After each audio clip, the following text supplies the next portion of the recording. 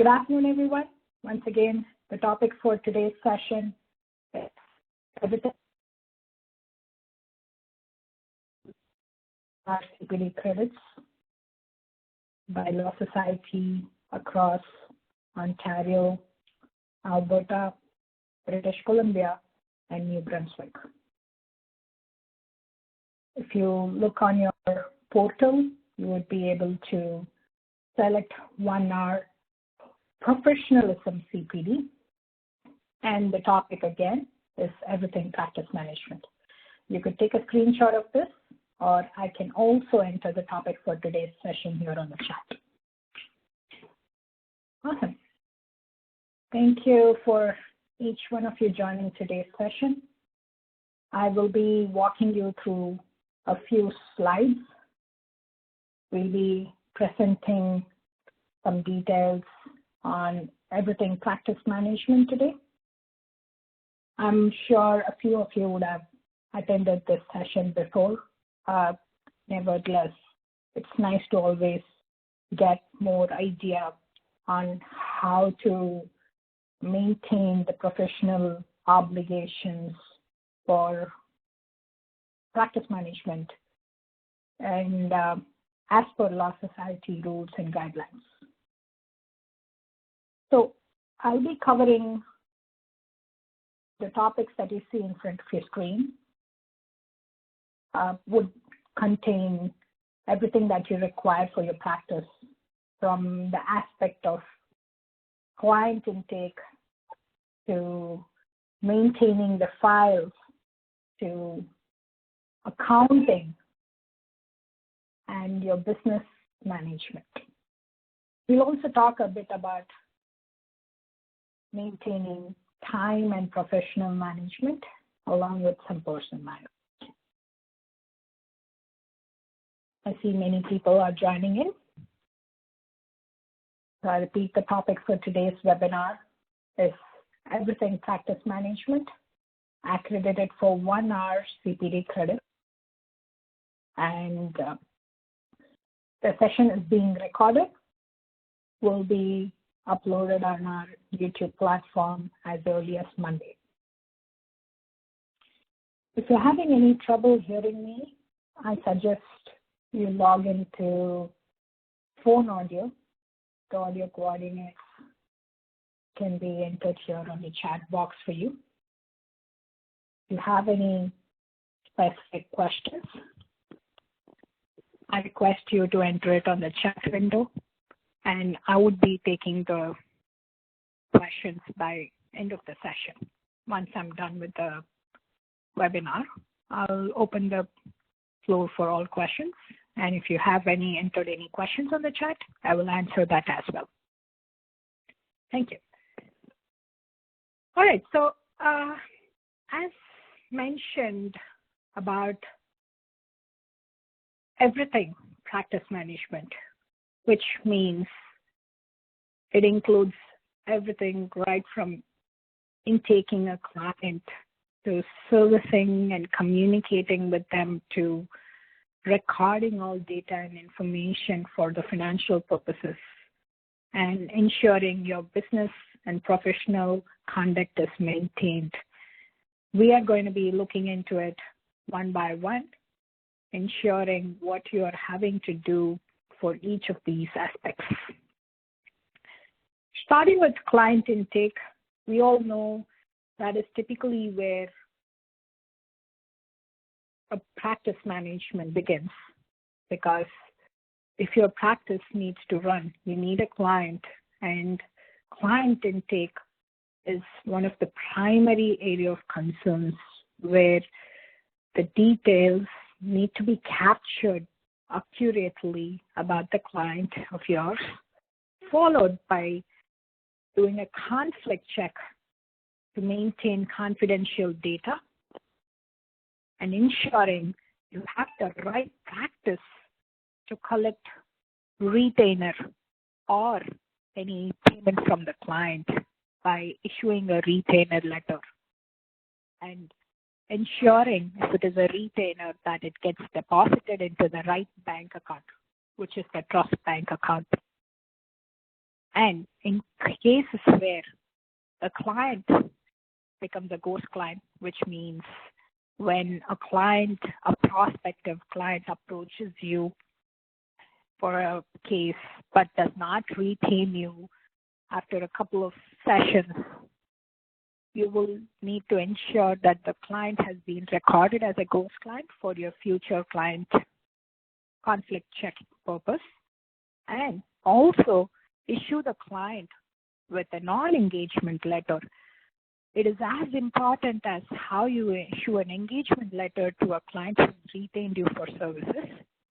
Non-engagement letter is also equally important, as we all tend to neglect non-engagement letter as it's not probably making any productive approach there. But entirely non-engagement letter is very important when compared to engagement letter. Basically, you are ensuring that you have communicated to the client that they're not engaging you, or rather you're in non-engagement with them for further services.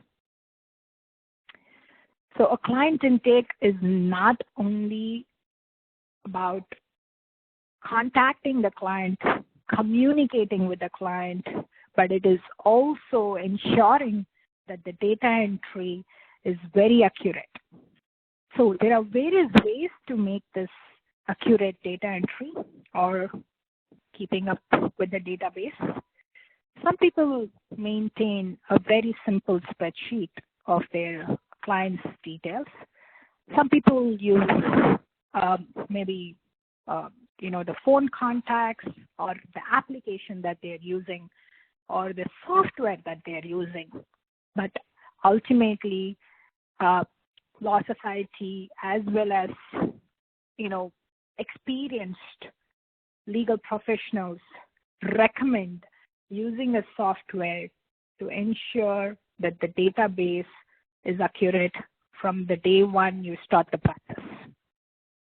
Because you know that a software could do the conflict check, eventually get through your compliance part of it for your Law Society purposes, and also maintain the data on a platform that has all of the details of client that could be seen in probably one page, right from what the client owes you to whether you're collecting a retainer and whether it has been deposited and whether the trust deposit has been issued with a receipt. So you could maintain the data through manual files, could be a spreadsheet or a Word doc in any format that you prefer, or you could choose to use a software that enables you to record the client calls, the docketing, consultations, everything for you at the time the client signs a retainer letter or an engagement letter with you, and guiding your client to the proper method of payment and recording that is equally important as part of the client intake. Also, to keep in mind is when you create a retainer agreement, after you intake the client, when you're issuing the client with a retainer agreement, kindly make sure that the following points that you see here are included in your retainer letter so that all your responsibilities and your client responsibilities are covered in the initial agreement that you enter with the client. Right from the nature of the matter to the responsibilities from the client. For example, if there are any disbursements other than the legal fees that you're quoting, the client needs to be aware about replenishing your trust account with sufficient balance, or once the invoice is completed or the work is completed and the invoice is raised, the balance amount is sent to the general account of yours so that the disbursements is not misunderstood to be included as part of your legal fees. So it's very important to have the client responsibilities covered and ensuring that the nature and the scope of the matter is very clear. Hence, the client is not going to be misrepresented or misunderstood with the difference for a legal fee and a disbursement. This was just a tiny example that I wanted to quote, but there could be many other, points that you would like to quote as part of the responsibilities of your client. Just making sure that these points are very clearly jotted down in your retainer agreement, as that is one of the very initial agreement or very initial stages of your communications with the client. And you will want to make sure at the very first instance, you want to keep everything very clear with your client. Proceeding would be scheduling any representations, making sure that all your client meetings are conducted, and ensuring that your client is there for all the court hearings or any submissions, or then and there, whenever you need your client for a call. Scheduling and course of representations also very important, along with the preferred method and frequency of communication. Like whether you want a client reaching out to you every week, and or whether you wanted to probably talk to them every month once, ensuring this is an ongoing file, keeping them informed with the case proceedings, and etc.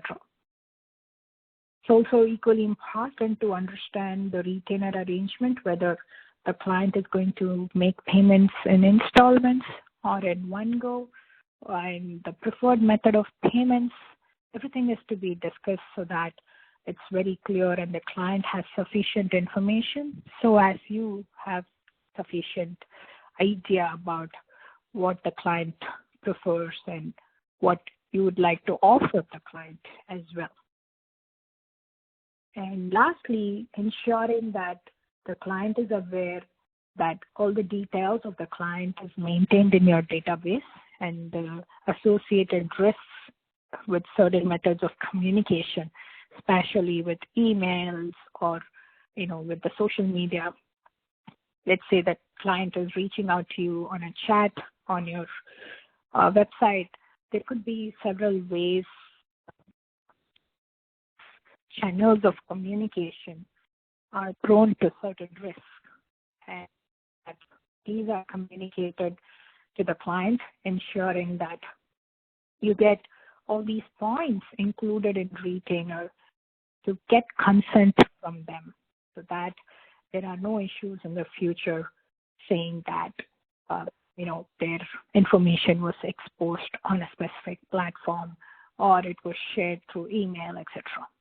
So it's very important to share everything within a transparent manner, ensuring that the client gets enough idea about what they are getting into, and at the same time, you are also getting the same level of information from the client.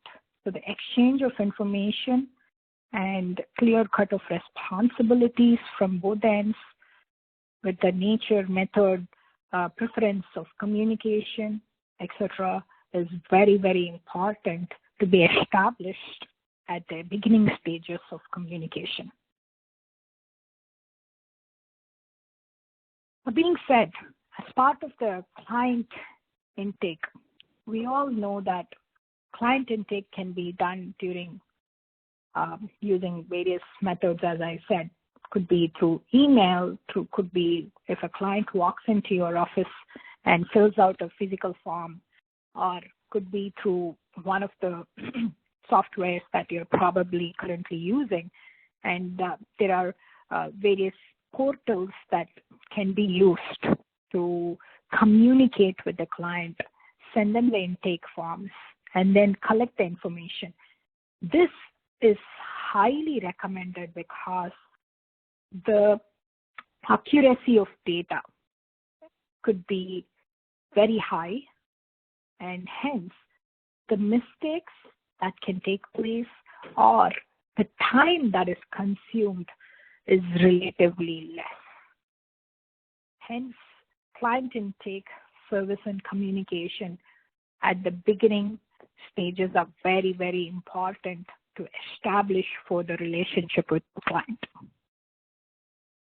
Now, moving on to the next one, talking about file management, because once you intake the client, the next thing is about creating a file for them. Could be again a physical copy of file where you have all your dockets entered in a physical paper pen method and maintaining the paper or the checklist for every file physically, or could be on a software where the file checklist for all the incoming matters is being addressed. Excuse me. And also ensuring that the compliance that's required for a client and a file management is being covered, which is including the conflict check, ensuring your files are labeled, ensuring all the files are maintained separately. A client could have multiple matters. The same client could come to you for different matters, but ensuring that separate files are maintained for each of these matters that the same client comes to you for. So it's not only important to maintain the list client-wise, it is also important to maintain the list or the file matter-wise.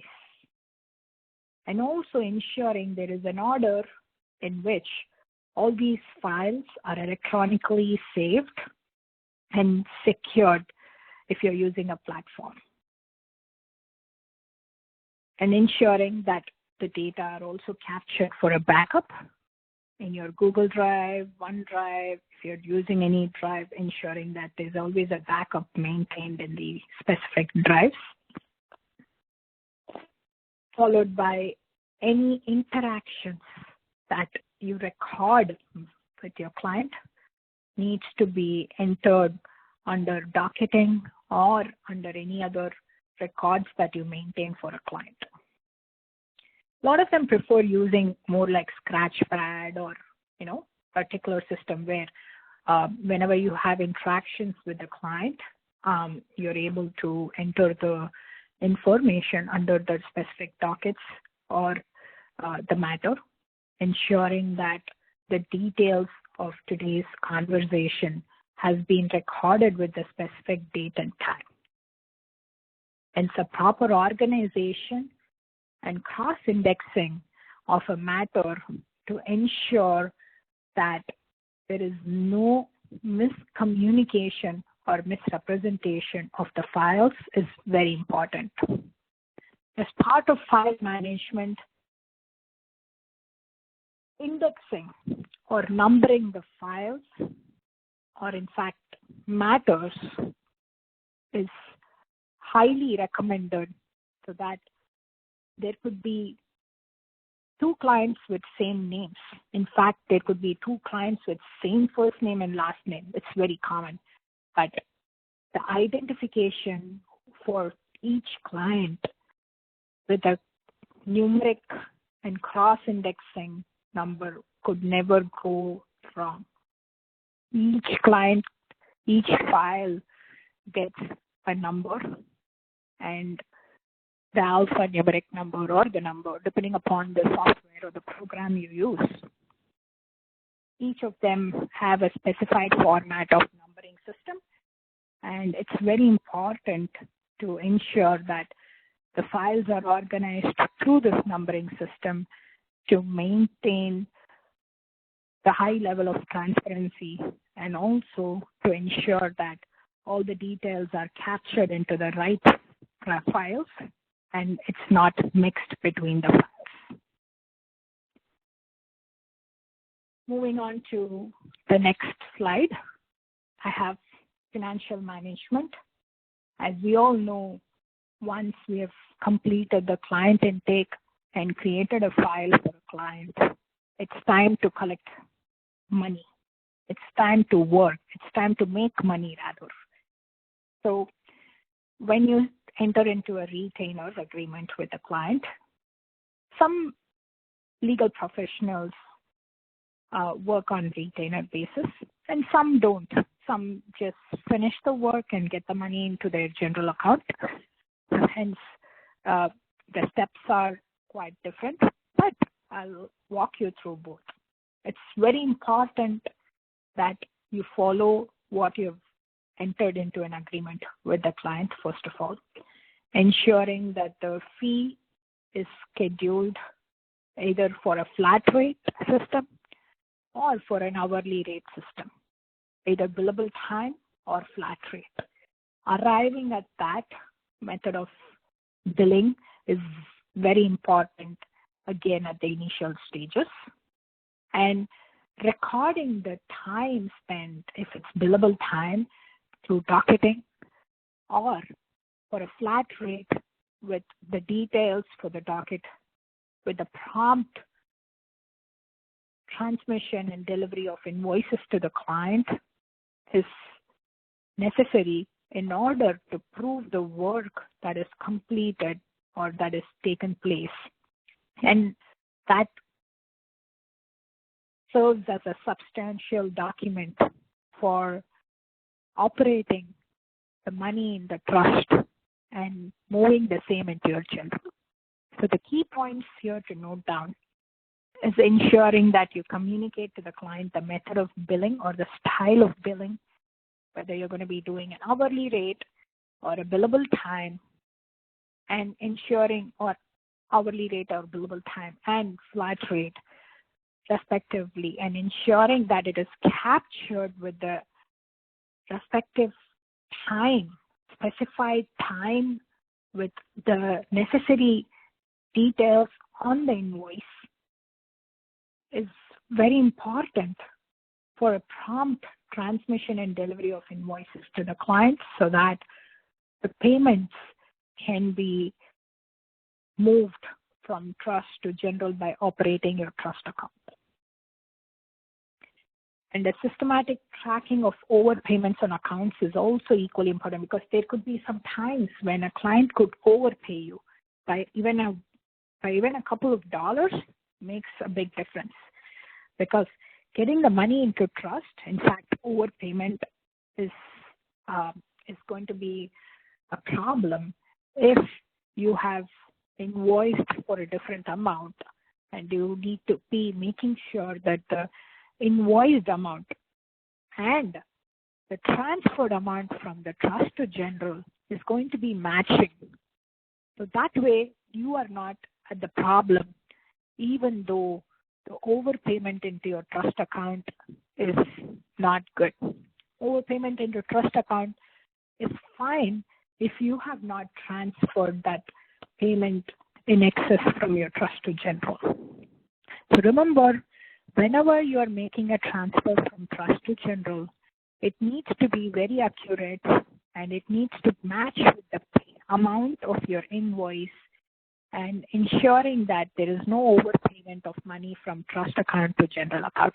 It is okay to have some overpaid amount in your trust.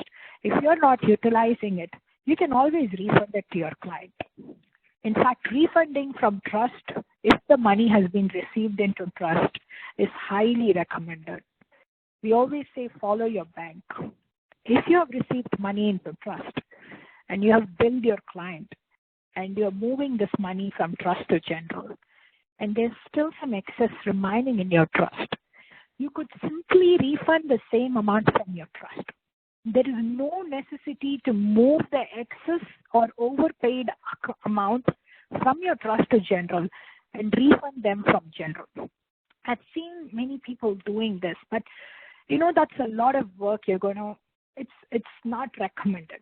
So when you receive excess funds into your trust, and you can always refund it from your trust and only move the obligated amount or required amount as per your invoiced amount from trust to general. By doing this, you're still very much under compliance and you're not making any mistake here. Okay? And Recording of general accounts through general receipts and disbursements are also highly recommended. Again, follow your bank. When you have raised an invoice, if your trust had only $500 and if you have $1,000 invoice and the client still owes you $500, it's okay to get the money into your general account now because you have completed the work and they can very much pay you into your general account and you can issue the balance receipt from the general account.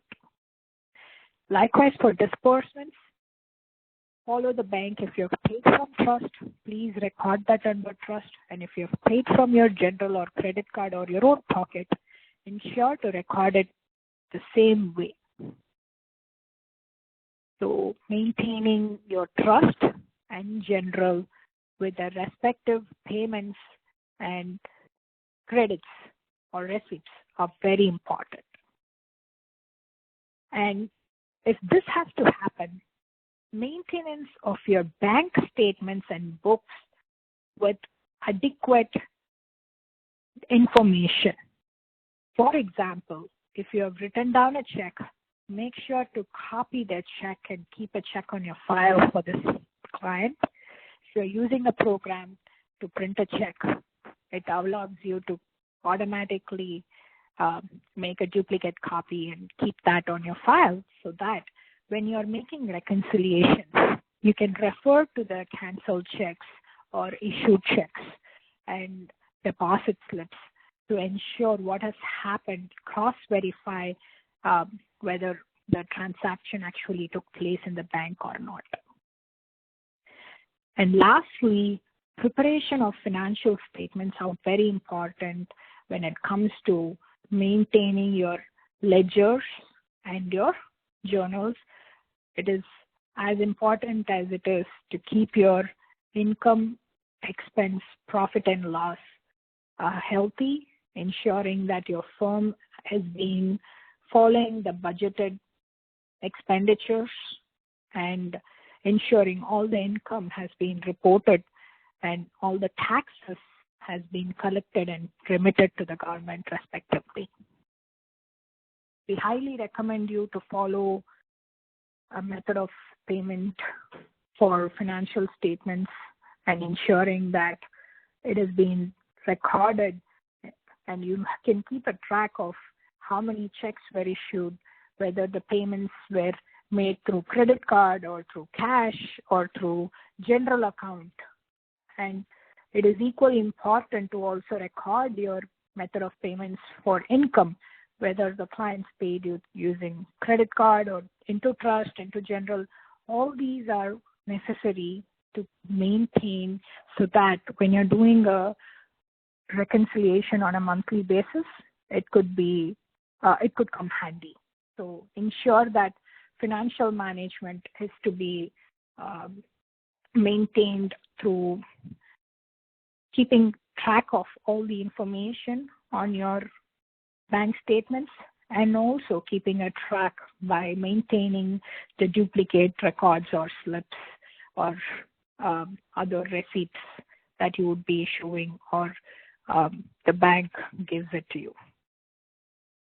That being said, moving on to the next point, when you're setting up your trust accounts, there are various things to be considered.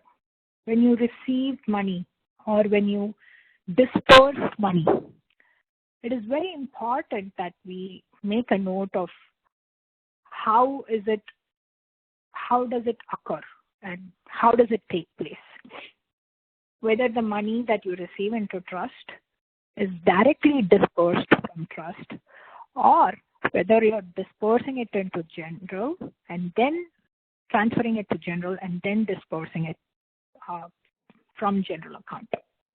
So again, following your bank is very important and highly recommended, and making sure that when you're setting up your trust account to receive money, please make sure that you are keeping a track of client ledger and journals, that is for both receipts and disbursements, and also the reconciliation for trust account.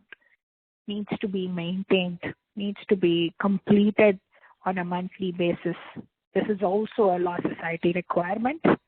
And by doing so, your trust accounts are maintained without any issues, and you're able to keep a track of every single item or money that comes in and that goes out. So whenever there is a receipt, a retainer, or any deposit into trust, ensuring that you go into the respective client file, could be physically or could be through a software, ensuring that for that specific date that it occurred in your bank, it has been recorded in the client's ledger, and you have passed the journal to ensure that the bank has been debited or credited respectively, and your client's trust account has been debited or credited respectively, depending upon whether it was a receipt or a disbursement. While you do this and maintain these records that I spoke about 5 minutes ago, it is very easy and simple to complete your monthly trust comparisons and reconciliations. We all know that maintaining the trust account is one of the most important tasks that we all have on our list. Of course, other than serving your clients, for the back-end purpose of it, to maintain their trust ledgers are very important. And I think if you could keep a track and record of everything that we discussed in this slide, it's very simple for you to generate the comparison and reconciliation report for trust. So moving on to the next aspect of it, before I go into business management, I'd like to take a minute to remind you all that today is a CPD session. It's accredited for 1 hour CPD credits, 1 hour professionalism CPD credits, and the topic for today's webinar is everything practice management. I hope you all don't have any questions so far. If you have, I encourage you to enter it on the chat. We have another 30 minutes remaining, and I'll try to do my best to walk you through the rest of the obligations for an everything practice management. Now, as part of professional obligations, we all know that as part of keeping your client satisfied, as part of maintaining the financial obligations, as part of keeping compliance for law society, it is equally important to also keep your business managed well and also professionally compliant and obligated to complete all that you're required to do for a business management, for an efficient business management. To start with, I know in today's world, everything is about software. We all know, in fact, more than just me. We all know that everything in today's world is about software and keeping yourself on toes with using an efficient one. And when you use a software, making sure that it is recognized by law society, and it is also easy to use, and ensuring it's a one-stop solution, that you are using a program that is effective, efficient, and reputed legal software. As every software can do accounting, but not all softwares can do legal accounting. There are very few softwares that can do legal accounting. So make your precise research in the market and find a program that serves better as a legal accounting for you than just maintaining your data or keeping your contacts. Even a simple database software could do. And the next important thing is to ensure that the software and the other tools that you use for your business is being backed up and all the files are being maintained and security is not compromised. So that is very important for you to select a program that allows you to maintain data with security and keeping regular backup.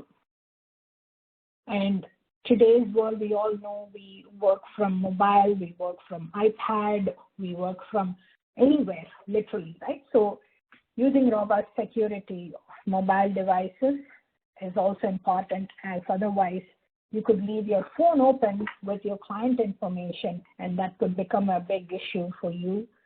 And there could also be loss of data if any such things could happen. So ensuring that all your mobile devices are inclined towards robust security is also equally important.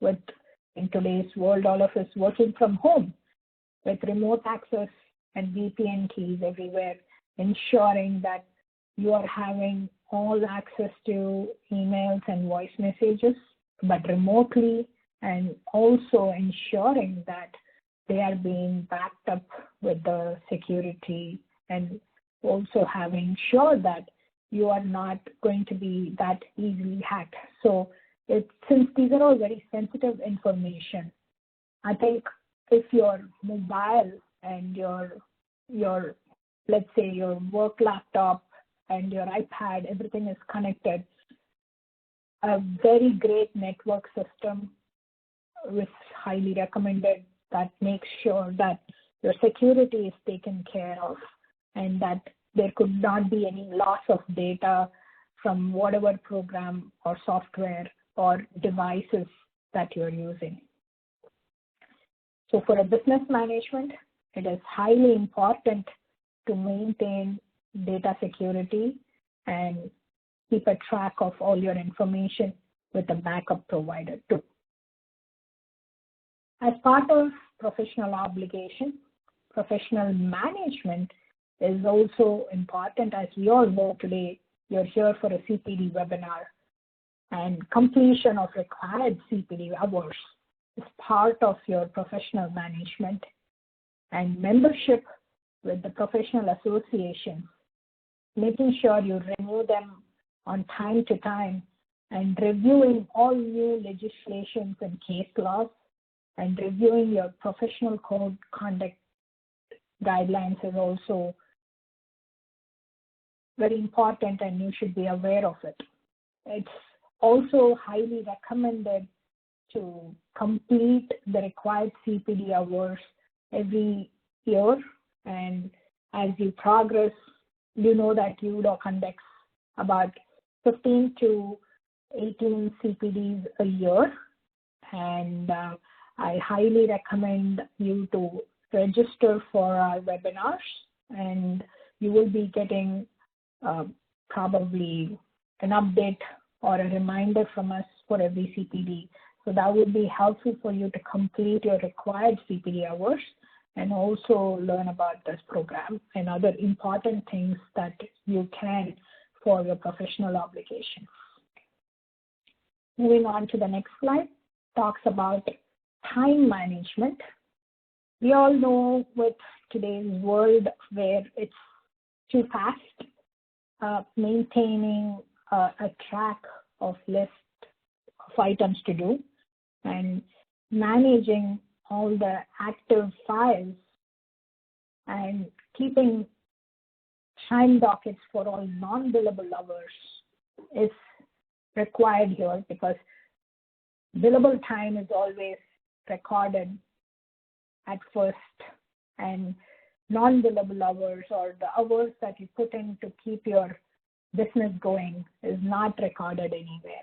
So it's very important to keep a track of the time that you get your non-billable time, as we all know that billable time is always addressed at the beginning and non-billable time is left out, but it's recommended to keep your non-billable hours so that you know what is the hours exactly that you've put in to complete a file, whether you're billing your client or not, that's secondary. But it's important to record the time you've spent, and later on you could decide between whether it's going to be billed or not.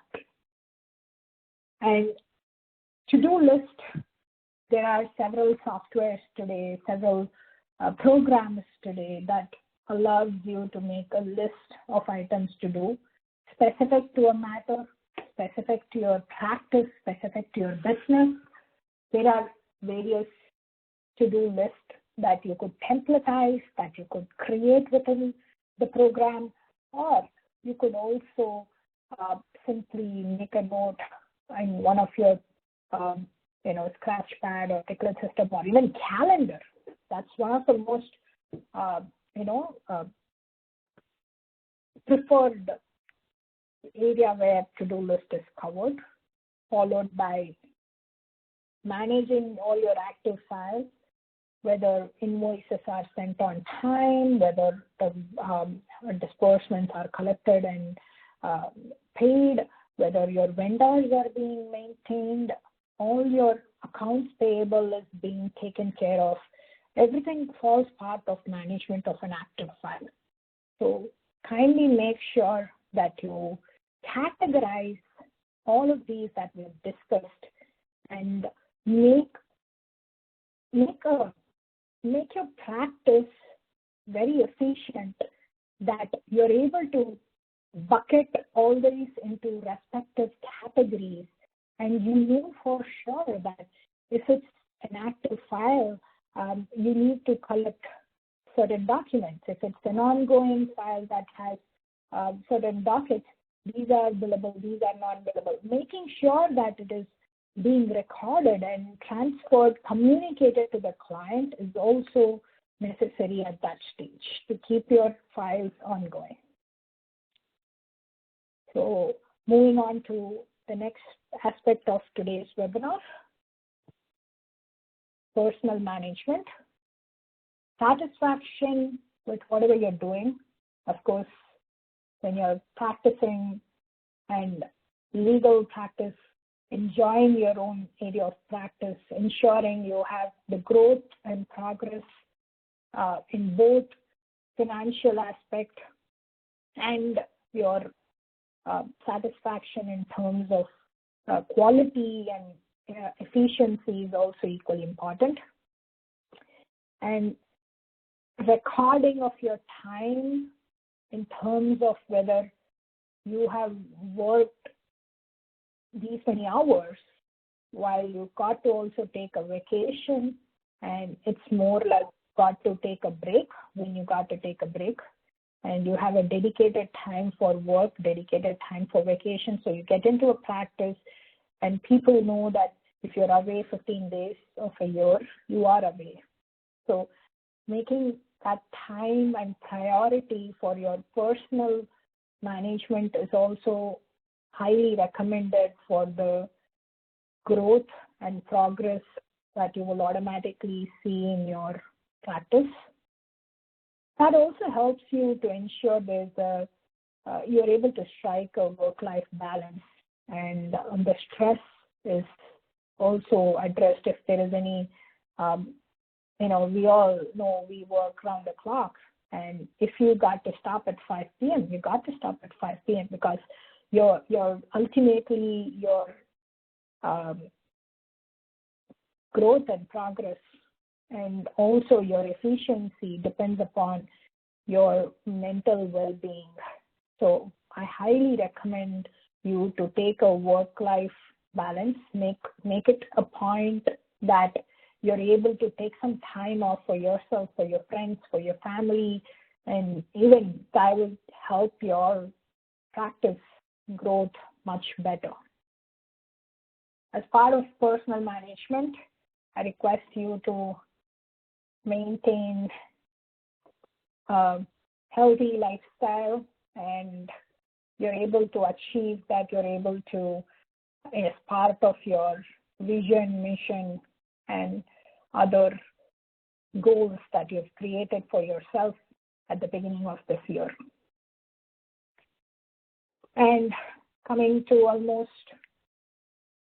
last few slides of it. Benefits of practice management. As we all spoke about everything practice management, or rather you all heard me talk about everything practice management in the last 45 minutes, I also need to emphasize a little bit on the benefits of having a practice management.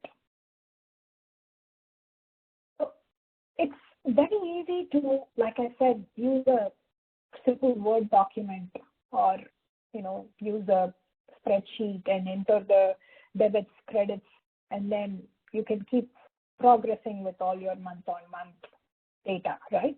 But why is there a need for a practice management? It is just not debits and credits.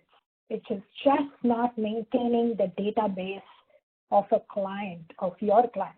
It is connecting them. It is ensuring that everything stays connected for a client. A client's ledger needs to be connected with that specific contact or matter that you've entered, and it is where a practice management plays its role, and the total cost involved and the efficiency that you get from maintaining a practice management is much higher than when you do it on your own, right? So there is reduced overhead costs by making an investment in a practice management. In a long run, the total cost of ownership will be significantly less because you spend less time on practice management trying to keep a track of all this information. Imagine you having to open a spreadsheet for data, another for maintaining the trust, another one for maintaining your general accounts, maybe another one for keeping your taxes handy. It's endless.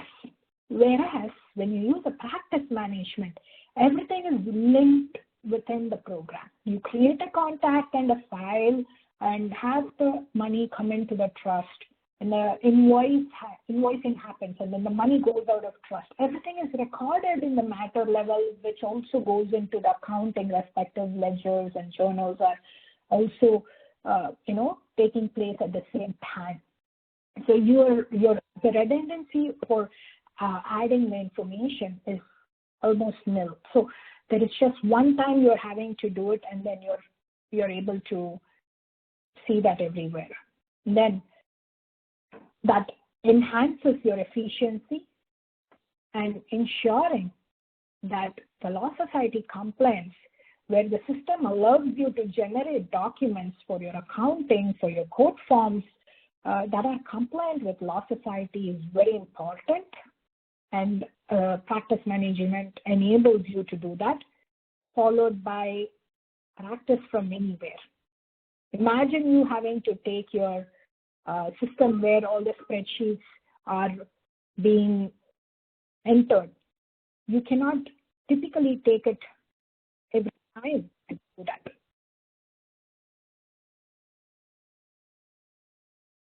Whereas when you are practicing on a software, you could just log into your software from anywhere. Could be from your phone app, could be from your own laptop. You can, or from any other laptop. You just need a browser. You could go in and log into your details if you're using a cloud technology. Again, okay. So to make a note, if you're using a practice management that is based out of cloud, then it's your life is much simpler. And then managing your daily operations involves right from keeping your files organized to having your dockets organized. Could be through Scratchpad, could be through maintaining a file, a tickler system, or could be through having your calendars organized through to-do list, and also ensuring all your disbursements and your trust amounts are being dispersed with invoices, and regular status updates are equally important to be noted down. uLawPractice provides efficient matter management to ensure your practice achieves its potential and generate all these documents for you in one go, right from docketing to invoicing to transferring money from trust to general. All that's probably required for you from end to end is available in the program. Kindly make the best use of it, and you will probably see how it works towards as you keep using the program. And when you understand that you are able to measure the health of your business improved by using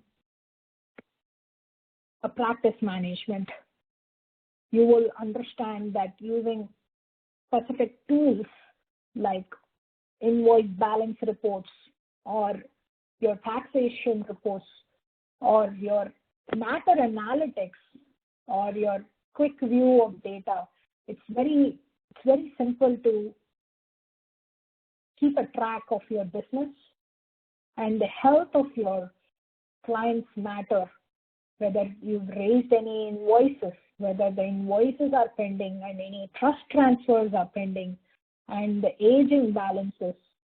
Everything can be seen at one instance. This will, as a sole practitioner or as a small firm, you will be able to understand that the need for a practice management is more, and it gives you high success rate to keep up with your clients' information and data, and also your bank information at the same time. If you have any questions regarding these, I request you to post it, and I can answer them in another 10 minutes. But in the meantime, I'm also slightly going to talk about calendar management and how to automate your own forms, and we could quickly jump into the program to see how it works. As I already mentioned, a calendar management is very important to keep a sync of your current events from your personal calendars to your official calendars to the one that's available in your software, so that you're able to docket each matter, review it, and also have an agenda set for the week so that it could all be in one table for you to see it in a go. So making sure that you have a calendar that is synchronized with your system is highly important. And if you have not done that, I recommend you to do that, and it saves a lot of time to see it all in one go. And also saving a lot of time with automating your forms. In today's world, everything is about forms. You want to send your client a client intake form. You want to send your client, a simple code form or any law society complaint form that is generated and that's required for your practice. In today's world, it's all about saving time, and uLaw allows you to generate these forms that are pre-populated with the matter information or with the file information. And I strongly recommend you all to try this, automate your own forms as well, which uLaw now has introduced for you to generate your own forms. You can build your own forms. There are ways to do it. We would be talking about this in a separate session. And if you are keen about knowing how to automate your own forms, I request you to email us, and I'll be happy to assist you with this.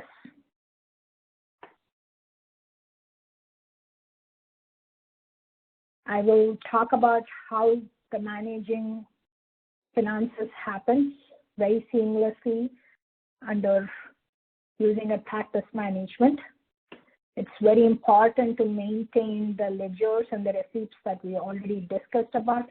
Besides that, it is also important to maintain the journals where you're having to record each and every receipt and payment into the respective client's account by simply using the practice management, and you will be able to see the respective journals reflecting in the ledgers, and you will be able to reconcile them as per your bank statements too. With this, we've come to end of the webinar. I would like to take the next 5 minutes to show you how we do practice management for a file on our uLaw platform. And if you have any questions, I see a couple chats coming in. I request you to please let us know whether you have any further questions, and I can take it after 5 minutes on the chat window. All right, so about practice management that we discussed. It starts with adding information here, like I said, with a file that is being created for a client and adding information into this client's file. And it all starts with following your bank. If your client has made payment into your trust bank, you go into the trust tab to add the retainer or any other payment deposit accurately into the trust account, and you end up seeing this amount paid through email transfer or check or through a bank draft, and probably call it as new retainer from the client and received from the client's name. So as much as information you are required to enter here, like payment reference number, description, and the details of receipt from, is very important. And when you see the $500 as a receipt or a deposit in here, you are able to record this, verify this by generating, let's say, a Trust Plus general ledger or a journal to ensure that now today's receipt that you have entered here, you could verify that by simply going into accounts, going into document generation, and generating a client's trust receipt journal. And let's say for today's file, and I want to see for all clients, not necessarily. I'd like to see for Lalit, who's the client I entered today. I can download the file to see what happened in his file, whether there was a $500 retainer, there's another $500 deposit that I just made with this reference number. Things are very clear so that it could record all the information right from the date to the source of funds to also the amount and the important method of payment. So tomorrow you take up your bank statement and you see there's an email transfer from this client.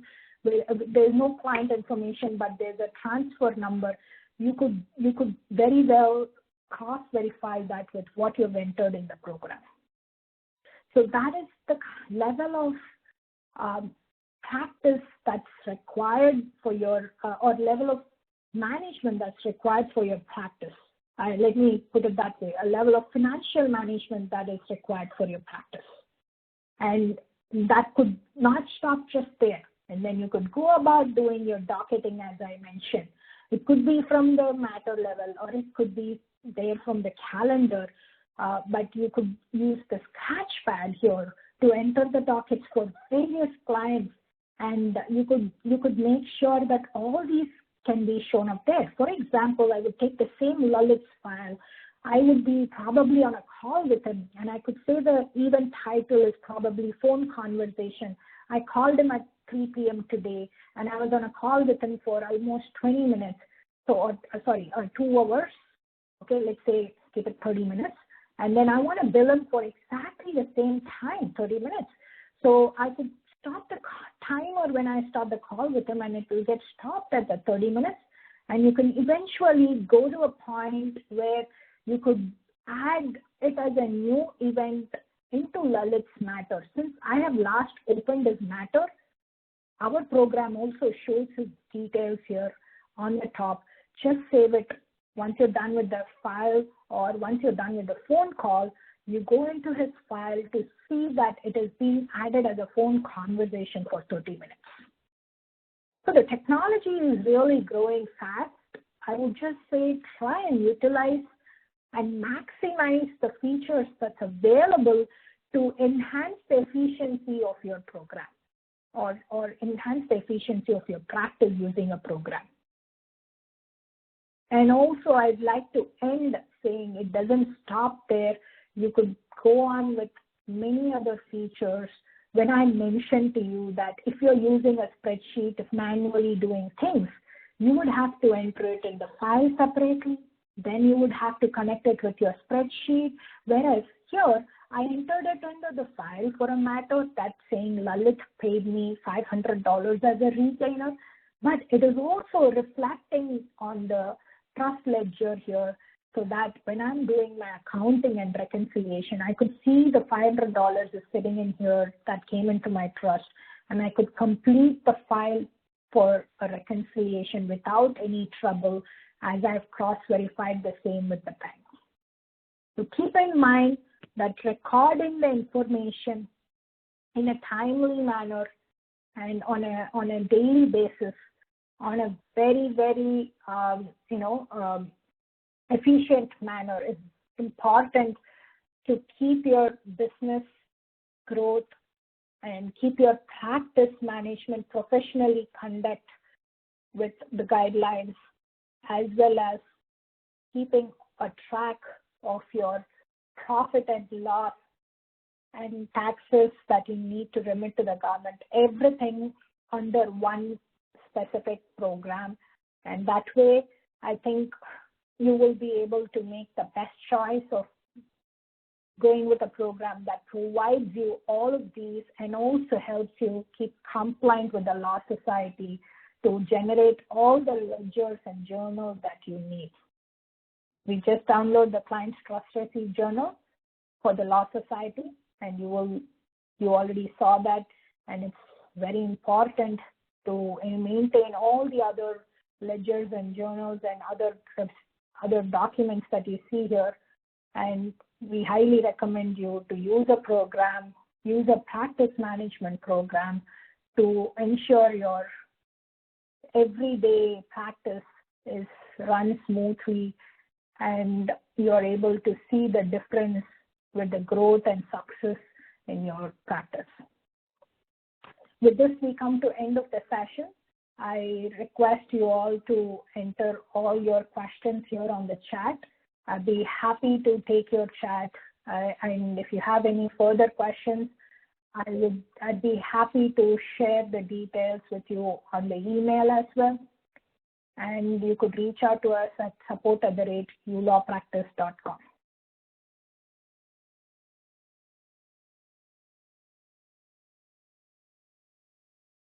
I'd like to stop recording the session so that we could keep the recording short with the 1 hour time, and I'd be happy to take more questions once I stop the recording.